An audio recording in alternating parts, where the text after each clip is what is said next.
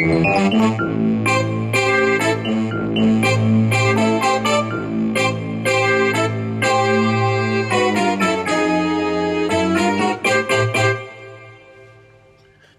everybody, and welcome to a Frankenstan chat, a special sort of Frankenstan chat.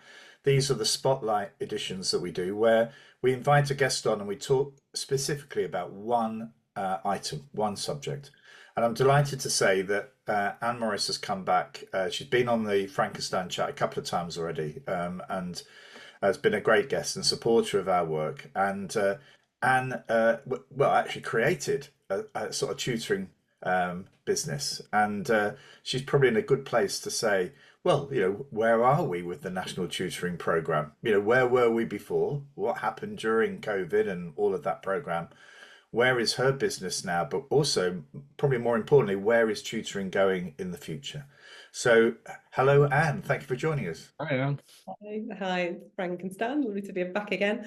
So yeah, shall I start by just giving a little just an explanation of Yipiyap and what we're all Yes, about and sort of where we that'd be fit great. in? Thank you. I should have covered that at the beginning, but That's okay. So my name is Yipiyap, and that stands for Young Inspiring People, Inspiring Young Aspiring People. And essentially what I created now 12 years ago was something that, as a former maths teacher, I would have really liked when I was in the classroom. That was basically the sort of start point for it.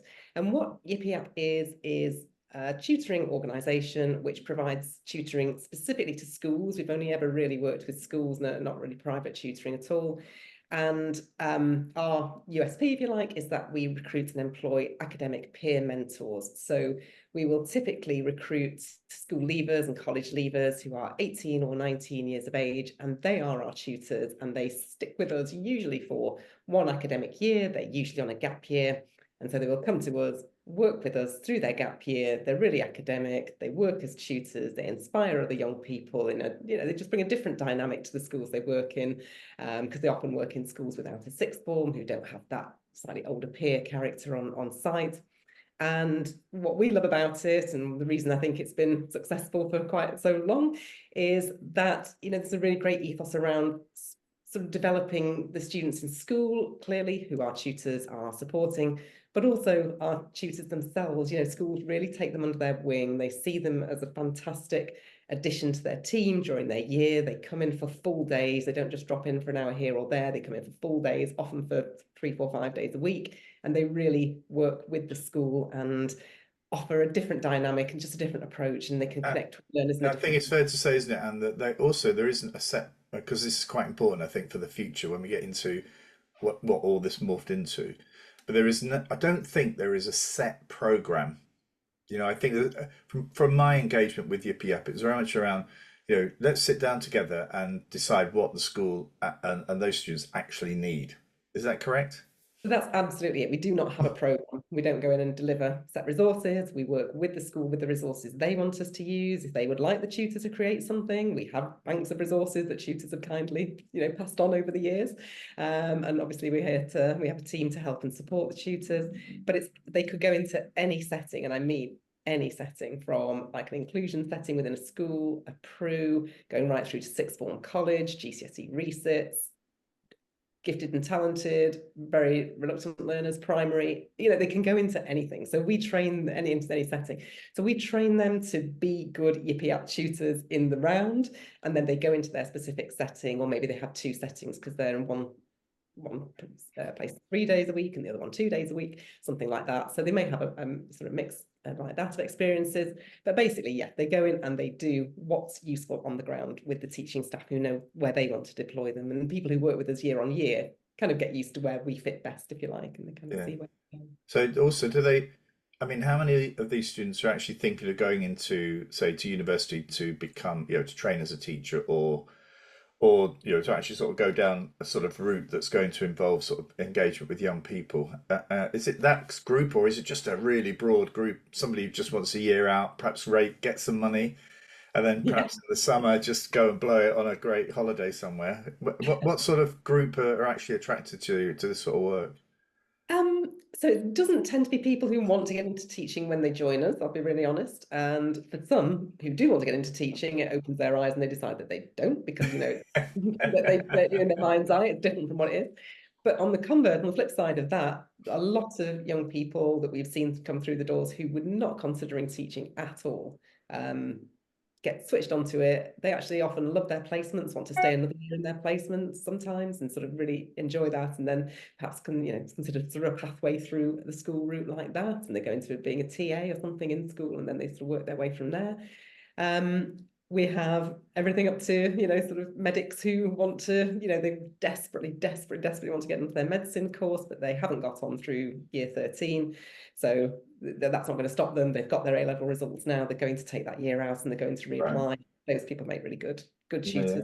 Yeah. Fantastic. Now, it's interesting because I remember trying to get the actual date of this, but it probably was April 2020 when I remember being upstairs in one of the bedrooms, because it's the only place at the time where we could get a decent mobile signal. And Henry Morrison, the CEO of Northern Powers Partnership, called and said, "We're in this lockdown. What are we going to do about it?" Because basically, what was driving him was, the impact it was going to have on some of the poorest children. And I have to say, my thoughts at the time were that a potential gap, because I think they were looking at the time about, there was uncertainty about whether the students would get back or the pupils get back before the end of the summer break. Yeah. So my concern was about, behavior and attitudes to learning when those kids got back to school. So I said to Henry that was my concern, and we then I went down a route of engagement with Sheffield Hallam University to see whether we could do Yipiyap. I have to say, I wasn't conscious having Yipiyap in my head, but obviously the things you experience influence your thinking, don't they? So, and my idea, which I put forward, was that we have either recently graduated students, so people who had just finished their degree, and with all the kerfuffle over COVID, there was uncertainty about jobs and everything. They would then do a Yipiyap experience in schools, and we actually put that forward to the DfE, and it then morphed into something which actually became a little bit like, well, it did become the National Tutoring Programme, which wasn't the original idea. But I think it was interesting the way that the university, Sheffield Hallam in particular, really, a community-based university, wanted to do something for its communities, and also wanted to use the opportunity to allow students to study as well, to get accreditation for the work they were doing, traditional work. But unfortunately, I've lost track of where it went wrong in the DfE, but it came out, it spat out as something different. And so something happened that made it like the National Tutoring Programme. Now, at that time, Anne, you must have thought, there's a National Tutoring Programme. We're just going to jump on this. We've been doing this for years. We're better placed than most people to do this. So just tell us the story from your angle. I've told you what happened on our side. What happened to you? So we had a real roller coaster of an experience, as everybody in their industry did at that time, and nobody knew which way was up, did they really? But from our point of view, we had 60 to 70 tutors who were going into school, who we'd always point them face-to-face, never any online. And so we obviously got the message in March that schools were going to shut, and that was it. Some 60 odd people had to go home, and they didn't have to go back. And it was a real moment because, we just didn't know what was going to happen. Nobody did, obviously, anywhere. But we took a bit of a breath and thought, we won't just sort of act in too much haste, because we just don't know what's going to happen yet. And we were in the fortunate position at that point that schools were advised to pay all their suppliers, so anybody they had a contract with, as normal. So we were at least able to, honour our agreements with those young people, because I know whilst people think, oh, well, they're only on their gap year, oh, you've only got a few months left. For those people, that's their income, and they're on a gap year, and we've made a commitment to them to work with them for the whole year. For us, commitment is huge, because we don't want people chopping and changing, coming and going. So it really flies in the face of everything that we do to say to people, oh, sorry, we can't do this anymore, and just, even in that situation, we were conscious of that. So we kept everybody on, and they just had to go home and just kept going as best as they could. But schools were in such a mess. I mean, nobody knew what was going on, and there were very, very few organizations, I think, that really felt like they were in control of the situation. They were very reactive. They were most reactive to those students they knew were in most need, so they were taking up a lot of time there. But they just took an age to get going with anything online. They got there for the September. I think they got there and got going with it. But over that whole term between March and the summer, I just talked to some leads who were saying, well, we're just issuing YouTube video links and that's it. And that's it. Yeah. That's it for like months. What's everybody doing? It's just like, what is everybody doing here? But that's I'm sure there was a lot going on that they just had to get their heads around, and they just couldn't cope with doing the detail of lessons and live lessons that they got into later. But from our point of view, the National Tutoring Programme was launched and announced, and like you say, we'd been operating for 8 years solely with schools, purely doing what we do. And in that first round of applications, there were 400 or so, 400 plus applications to join the NTP, and we were not one of the 33 selected. And the thing here, Anne, is that many of those business or organisations, some of them are local authorities, some are universities, they'd never done this. This is the thing. This is the thing that's the most shocking element of it. They have never ever done tutoring. What really stunned me was these people who popped up literally from nowhere, claiming that they got track record of tutoring in schools, because that was one of the number one things. There were 8 criteria, but one of them was you had to have been doing tutoring in schools. And people popped up like Pearson, and that because they've got a big name, it's Pearson. They get listened to, and Yipiyap, which is a relatively small business in the north of England, isn't just going to jump off the page, is it? So and because what we do is unique, and we know that not everybody at that point lent into the view of peer mentoring in the same way. What can peers know? What can 18-year-olds teach anybody? Well, actually a lot. So trust your young people.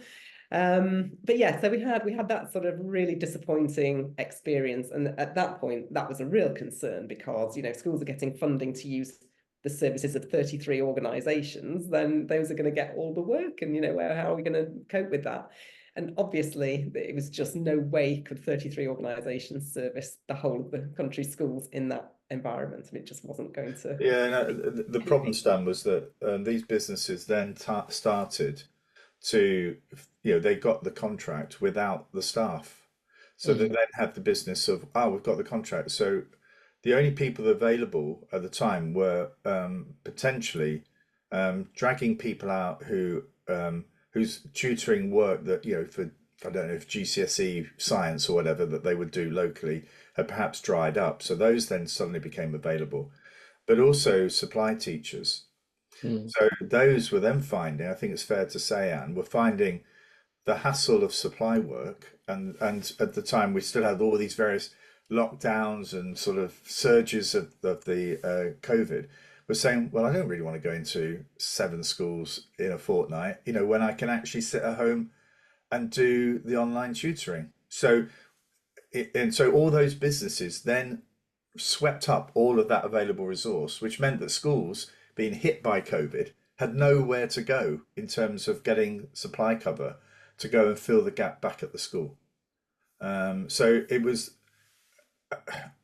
I still struggle to know why you would go to 33 for a nationwide program, why you would actually go to just 33 organizations, to think you're going to get the reach.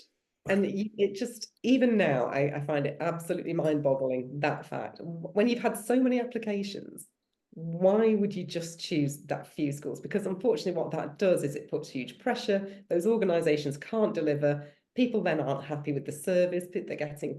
Schools aren't happy with the program.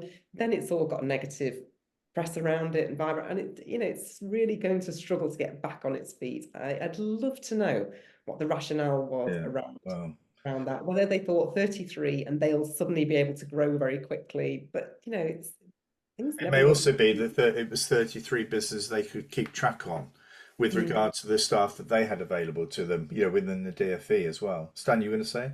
I was just saying that over the holiday, I was watching. I'm very late to this, but watch the thick of it. Okay. And now I really think I know how these things are made and Yeah. decisions are taken. I think it's probably a number that somebody's come up with. Maybe started with 100, and somebody said that's far too many. Cut it by 2/3, Yeah, and yeah, you end yeah. up with 33. Yeah. It's I'm absolutely positive that's the way things like that work. Yeah. Yeah. I mean, how did Yipiyap cope then at that point? That was even worse, wasn't it? Where you weren't in the program and schools were getting the funding. Well, you must have thought we're sunk. At that point, yes, because even the schools that we'd worked with for quite a few years and knew and loved were kind of saying, well, we'd love to keep working with you. We cannot believe you're not on the programme. We're gutted that we can't keep doing this, Yeah. but we've got to use the funding in the best way. So, that's the way. But of course, they just couldn't get people. There were enough people who then just could not they couldn't get any of the service that they wanted. And it fairly quickly morphed into the second year where it was a school-led kind of Yeah. situation where the schools had more autonomy over the funding. So they had the funding given to them and they could go and use it with any tutoring Now, organisation. hang on a minute. Isn't that a good idea? Yes, I know. Don't you That worked think? really well. That would have been the most sensible idea. But the problem is, doing that probably meant you had to put more money in. Yeah. I think that's the issue. Go on, sorry, take But the steam. that was the sort of the best effect, if you like, of having schools just have the autonomy. It was during the Randstad time, and it was clear that that programme at that stage was just going off. Just explain that, Anne, then go on, because this is the lowest point of the lowest point. The low points. So the first year, the programme was run by the EEF, Education Endowment Foundation, and with the best intentions, setting something up in a pandemic must have been horrendous. So whilst And they also acknowledged, because going back to Northern Powers Park, we used to meet with Becky at EF reasonably regularly because we knew there were what they called black spots in the north. So there were areas like in Cumbria where they couldn't get anybody for love nor money. And I have to say, EF were sort of picked that up, doing the honourable thing, trying to resolve a problem, and quickly lost. I mean, they're not experts in this, and they acknowledge that. I have to put it out there that a lot of the problems around the programme were not were trying to be resolved by EEF. They were not the instigator of the problem. Yeah. I mean, I absolutely hats off to them for picking it up and trying to get it going. It must have been an absolute nightmare. But I think by the end of that first year, they realised that it wasn't working in the way that they were the best people. So it went out to tender and to run the programmes, and that then landed with Randstad. Randstad came in and won that tender. Just to explain who Randstad are and what experience they have of running tutoring programs. I don't even really know because I wasn't even really involved with them. But they supply. Do they do supply? I think An agency, aren't they? They are. A recruitment agency. Yeah. A supply agency. But also their tender, I know this, that their tender was incredibly low. That's why it won. And obviously people by that stage, the DfE were thinking, this is costing us, everything is costing us an arm and a leg. And so if somebody comes up and rocks up and says, we've not done this before, but we've got some sort of recruitment experience. We can overcome the problems on the tutoring side because we've got experience of doing that. You can understand to a certain extent, but there is a point, I think this was significantly lower, as far as I'm aware, of the other tenders. And that should highlight a problem, I think, but it didn't. So so they took over and we had the absolutely brilliant experience. So of course they opened up the window for applications again, let's invite people in. So we put in our application almost identical to the previous one because we had nothing else to add. We put an application and it got turned down again. So this was about October or something of 2021. 2021, I think. Yeah. Yes. And so we kind of battled on and eventually we then got to Christmas and they asked for another window of applications, which we thought, oh, for goodness sake, let's just go for it again. And put it in again, exactly the same application, word for word, and this time we're successful. So that was brilliant news. But by that time, the writing was on the wall from all the other tutoring organisations. And this is where we have been really fortunate as tutoring as a community took off during this time. Before this, no communication between us and other tutoring organisations. But during that period, with everybody being sort of, what's happening? Are you on the programme? Are you not? How are you coping? Da, da, da, da.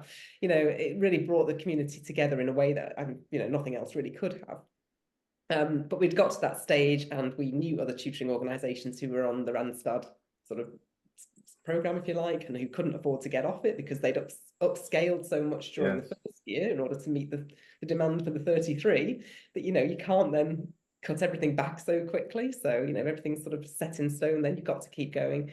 But we'd heard such bad things about the contract, about the day-to-day running of it, the admin around it. It was just horrendous. So whilst we were offered the contract at that point, we turned it down and said, you know, we just can't go ahead. We would have gone ahead, but for the contract being terrible. I'm very fortunate that my COO is a former lawyer, and she just took a look at the contract and was just like, we cannot sign this. It just enables them to come and just walk in here and see all our records about absolutely everything. And, you know, we just wouldn't want to do it. And we'd heard really bad things. So we moved on from that. And that's just when the school-led tutoring funding came through, and obviously nobody was signing with Randstad at this point, so they had to do something to get the tutoring to the kids because time was ticking on at this point, and you know, they were wanting to get the whole thing up and running because it's a 4-year program, and you know, 2 years or a year and a half in, it's floundering. So they put the money in where it needed to be quickly into schools, get it out there, get people using, you know, their local tutoring companies or tutoring organisations they've used. So that worked really well. And then we roll round to the start of year 3, and Randstad got booted out in the May before that, I think. So that was that. And then we had the shock of, so we'd gone through this period thinking that things were going to roll forward without any change. You know, obviously a new provider, but no other change really. And then it was announced just before the summer, as all NTP things are, that is their absolute rule, that people who work in the education industry, who may be looking forward to their summer holidays somewhat, need to be given, you know, a lot to do over their summer holiday in order to prepare for something in September, you know, like over and above. So anyway, in July, they announced that Tribal would be taking over, and at that point, the only people who could access the funding for the schools would be people who were on the programme. And at that point, we'd got arrangements, contracts set up, I can't remember, 30, 40, 50 schools, you know, big sort of, you know, setup going on. And fortunately, I was really fortunate, and Tribal just so brilliant. I was able to get hold of people to actually speak to, which you couldn't with any of the two situations, and actually speak to them about, right, we've got this situation. The last thing they wanted was all of these organisations that we were working with happy to keep going, wanting to go. Everybody had to drop everything because Yipiyap hadn't been on the programme. And very fortunately, all of a sudden you join the dots, don't you? It's like Steve Jobs, because we'd been accepted by Randstad, even though we never got contracted, that then enabled a fast track process to say, look, you've been approved by Randstad, you've been approved by, you know, a governing body, and therefore, you know, we can fast track you through our sort of quick. So we managed to turn it around. Tribal took over on the 1st of September, and by the 5th, which I think was the day that everybody was going into school on the Monday, we'd got approved by then. So they really did, they were as good as they were through.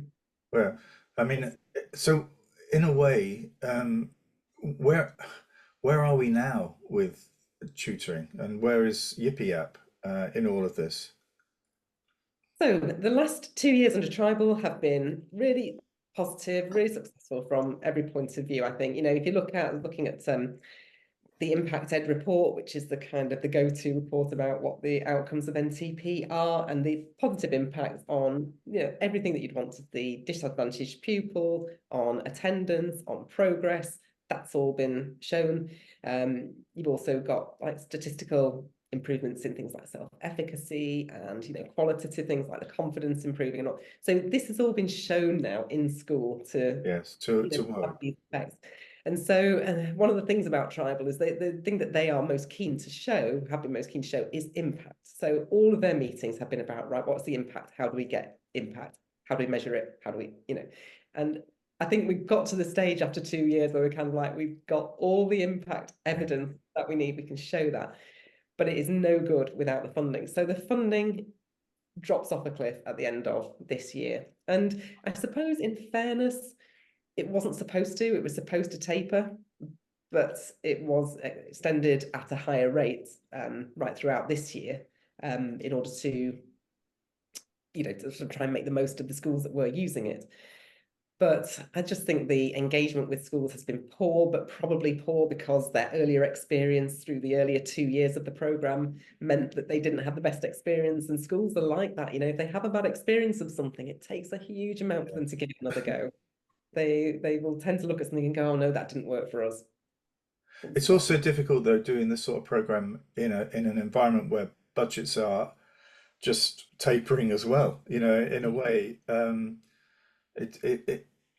not entirely sure whether I think I'm a bit of a fan for schools to have. I think this story has proved really to a large extent that you just have to trust the schools, and if you're going to give the funding, give it to the schools. I know you may get wastage. I appreciate that, but actually you do have a chance of using the money sort of more productively. But so many schools had to send the funding back, the NTP funding back this year because they couldn't match fund.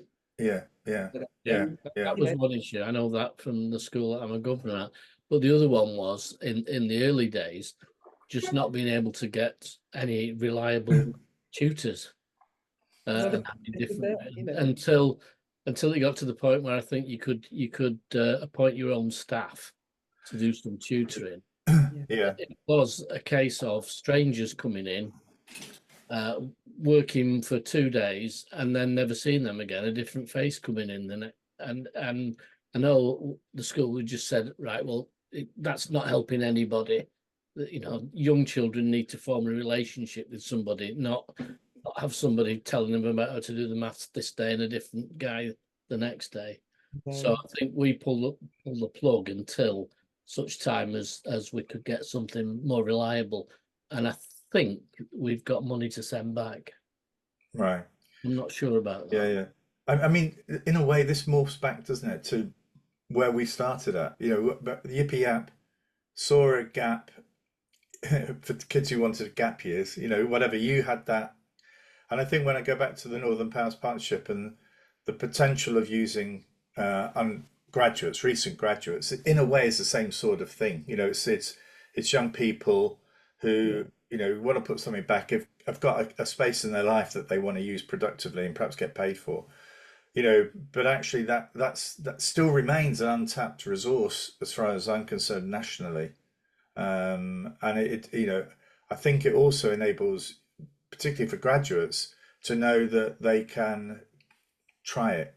They've thought about teaching, or a career with young people. They can give that a go and just see whether it fits for them or not, which is, I suppose, is the point you were making at the beginning, Anne, as well. And with older students, what's the balance between mentoring and tutoring?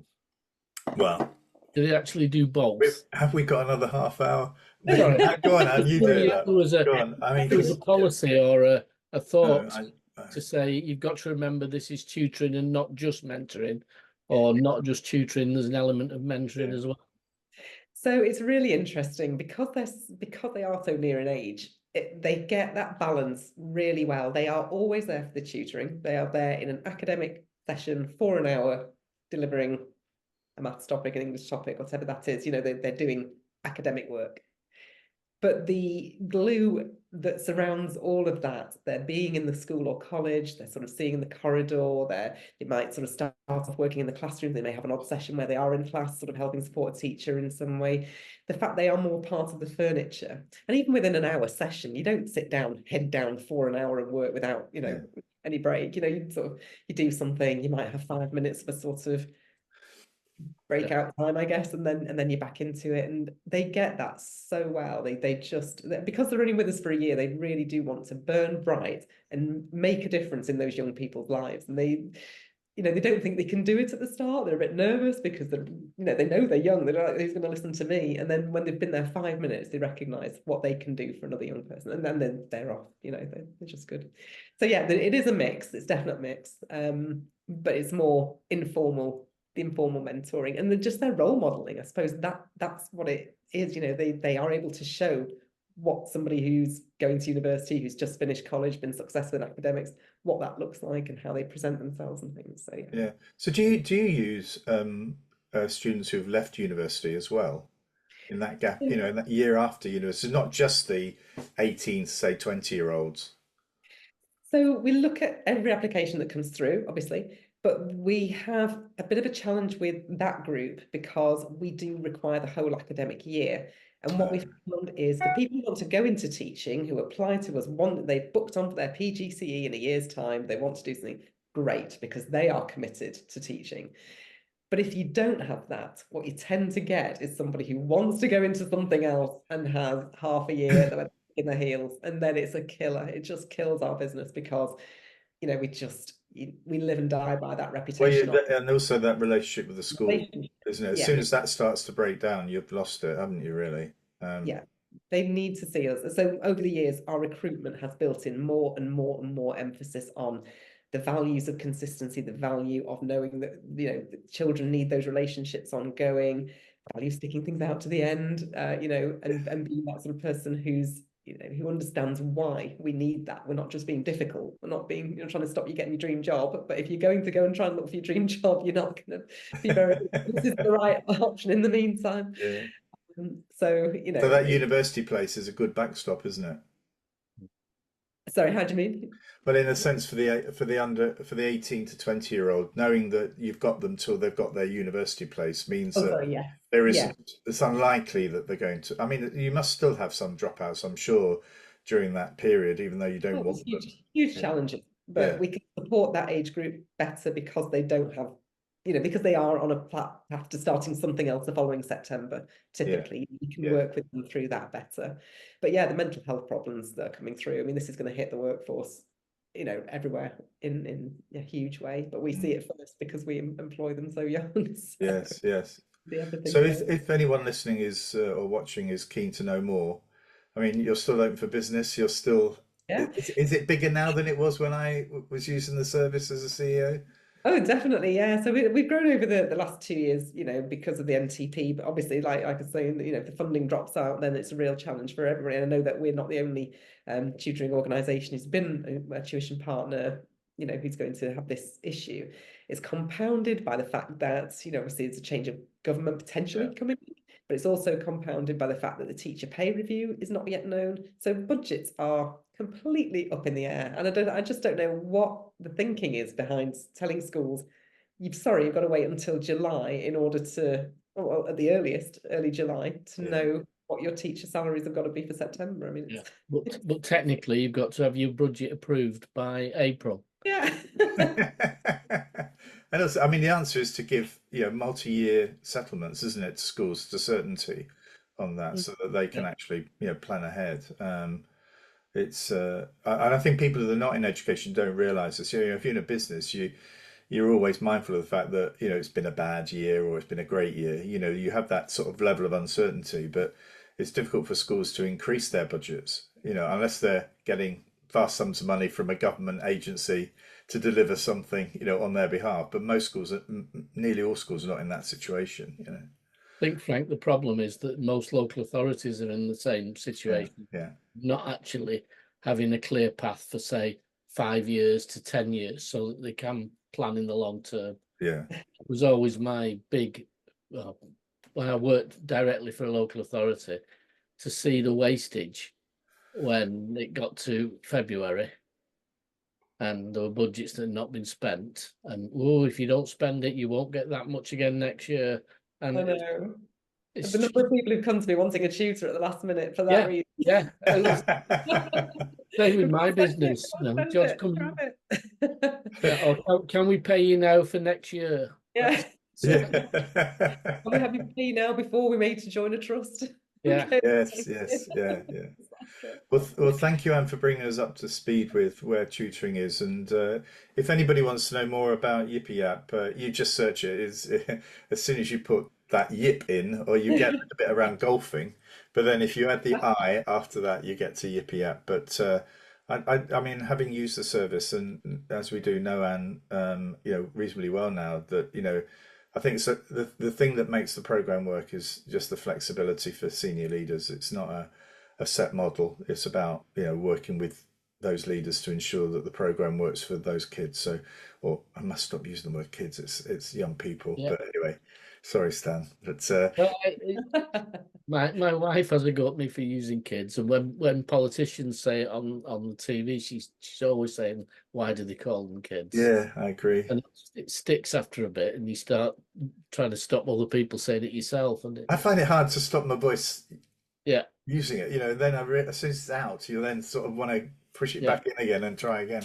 But anyway, thank you so much, Anne, for your time this Thanks, morning. Dan. And And good luck for the next 12 to 18 months while Thank you yeah, very much. all wobbles a little bit. well, I'm sure we'll have Anne back as a guest Yeah. in 2025 to get another update as to how it's all going. So until next time, thank you all very much, and until the next spotlight. Cheerio. Bye bye. Bye. Bye.